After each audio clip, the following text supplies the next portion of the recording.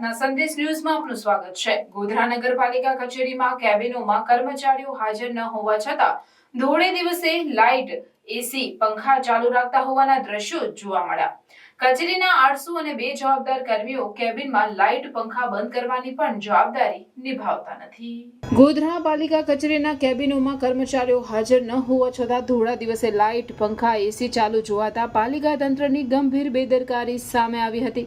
પાલિકાની કેબિનોમાં છેલ્લા કેટલાક દિવસથી વીજળીનો બેફામ વેડફાટ થતો હોવાની ચર્ચાઓએ જોર પકડ્યું હતું, પરંતુ મંગળવારે કચેરીની રિયાલિટી જોતા પ્રજાના પૈસા ધુમાડા કરવા ટેવાયેલા પાલિકા તંત્રના કર્મીઓ સવાર પડતા જ એસી, પંખા ચાલુ રાખી વીજળીનો ધુમાડો કરતા હોવાના દ્રશ્યો સામે આવ્યા હતા।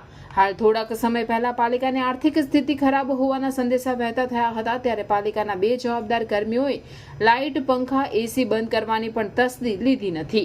પાલિકાના વીજળી વેડફાટના દ્રશ્યો ઉપરથી કર્મીઓ આળસુ હોવાની પોલ ખુલે છે।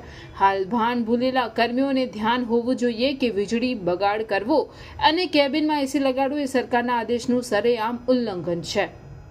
કચેરીમાં કોઈ ન હોવા છતાં લાઇટ, પંખા ચાલુ, આ દ્રશ્યો પ્રજાના પૈસાનો ધુમાડો થતો હોવાનો પુરાવો છે। મહત્વની વાત એ કે શું હવે અધિકારી ઉપર કોઈ પગલાં લેવાશે? સરકારી કચેરીમાં એસી ના લગાડવાના આદેશનું પાલન થશે કે નહીં તેવા પ્રજાના મનમાં પ્રશ્નો ઉદ્ભવ્યા હતા। પ્રાર્થના સંદેશ ન્યૂઝની તમામ લેટેસ્ટ અપડેટ્સ માટે ચેનલને હમણાં જ લાઇક, શેર અને સબસ્ક્રાઇબ કરો।